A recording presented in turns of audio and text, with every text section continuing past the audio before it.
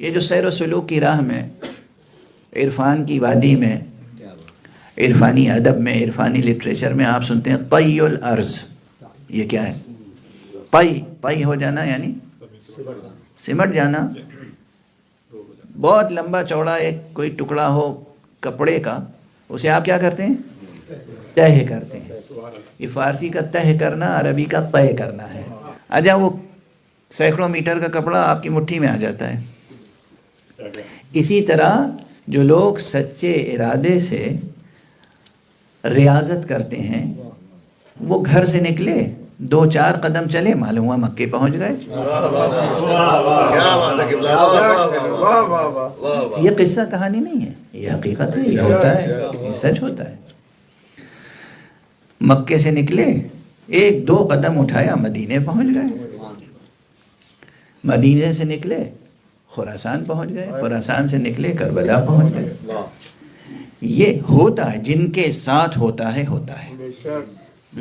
یہ کیا مثال ہوئی کہ واقعاً کسی نے اللہ کے لیے ریاضت کی ہو، محنت کی ہو، عبادت کی ہو، راتوں کو آنکھوں میں کاٹ کر سحر کا نور کاڑھا ہو، تو پھر یہ ہوتا ہے کہ اللہ سبحانہ و تعالیٰ کہتا ہے کہ اچھا اتنی طلب ہے ہماری تو لو، پھر ہم زمین تمہارے قدموں میں سمیٹ کے رکھ دیتے ہیں. اب عام انسان راستہ طے کرے گا تب پہنچے گا. یہ جو شخص ہے اس کے لیے راستہ طے ہو جائے گا. کسی کو راستہ طے کرنا ہے، کسی کے لیے راستہ طے ہونا ہے. یہ حقائق ہیں. اسی طرح جس طرح طی الارض ہے، اسی طرح طی اللسان ہے. طی اللسان کیا ہے؟ طی اللسان یہ ہے کہ ایک عام آدمی قرآن مجید پڑھنا چاہے، ختم کرنا چاہے تو اس کے لیے وقت لگے گا، پورے الفاظ ادا کرنے میں وقت لگتا ہے. لیکن کوئی ایسا بھی ہے کہ ایک رکعت سے پاؤں دوسرے رکعت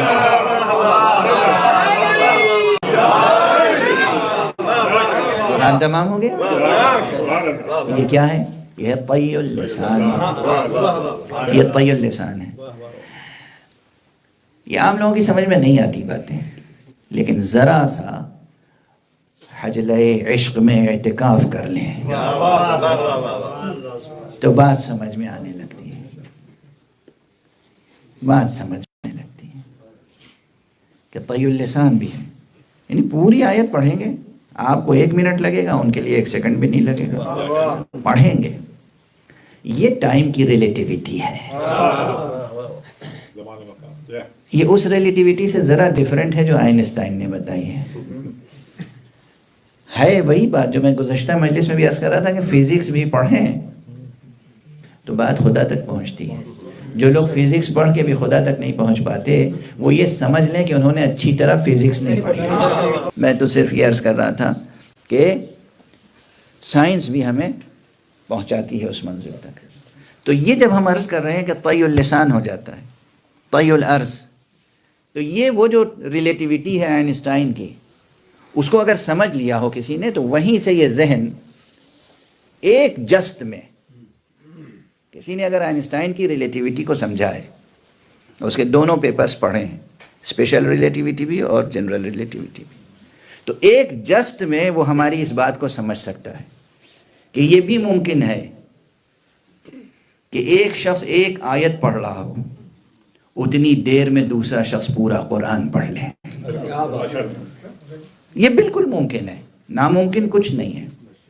یہ بالکل ممکن ہے. بہت سے لوگ نہیں سمجھ سکتے، یہ ان کی تعلیم کی کمی ہے، کوتاہی ہے، فکر کی نارسائی ہے، ورنہ یہ حقیقت ہے.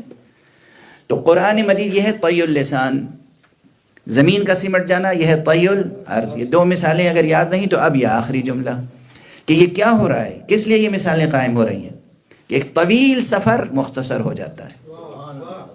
تو جب حق سبحانہ و تعالیٰ دیکھتا ہے کسی سالک کو کہ یہ پورے شوق سے، پورے جذبے سے، پورے صحیح ذوق کے ساتھ یہ اللہ کے راستے پر قدم بڑھا رہا ہے، تو پھر حق سبحانہ و تعالیٰ، ایک یہ ہوتا ہے کہ ہم قدم بڑھا رہے ہوں، یعنی ہم اپنے آپ کو منزل کی طرف لے جا رہے ہیں، اور ایک طرف یعنی ہم اپنی ذات کے ساتھ قوت دافعہ کو کام میں لا رہے ہیں، آگے ہم پش کر رہے ہیں، ٹھیک ہے نا؟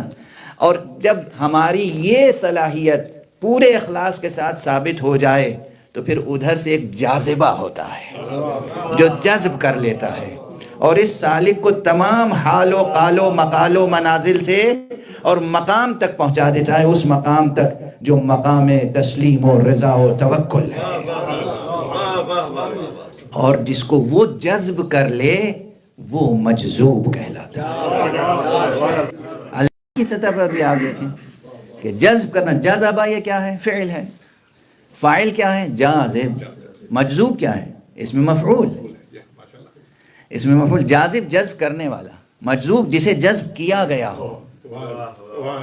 یہ اور بات ہے کہ واقعاً جسے وہ جذب کر لے پھر دنیا اس کی نگاہ میں کیا ہوتی ہے؟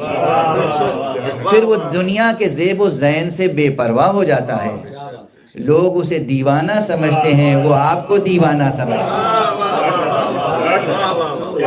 وہ فرزانگی کی اس منزل پر پہنچ جاتا ہے، وہ ہوش مندی اور فرزانگی کی وہ منزل ہے، وہ خیرت مندی اور خیرت افروزی کی وہ منزل ہے کہ جہاں پر وہ دیکھتا ہے کہ یہ بیچارے سب دیوانے، بے عقل، بے تعلیم، یہ حیوان انسان کا روپ ڈھالنے میں لگے ہوئے ہیں، انہیں پتہ ہی نہیں کہ منزل کیا ہے، اور یہ حیوانات اس انسان وارستہ کو دیوانہ سمجھتے ہیں۔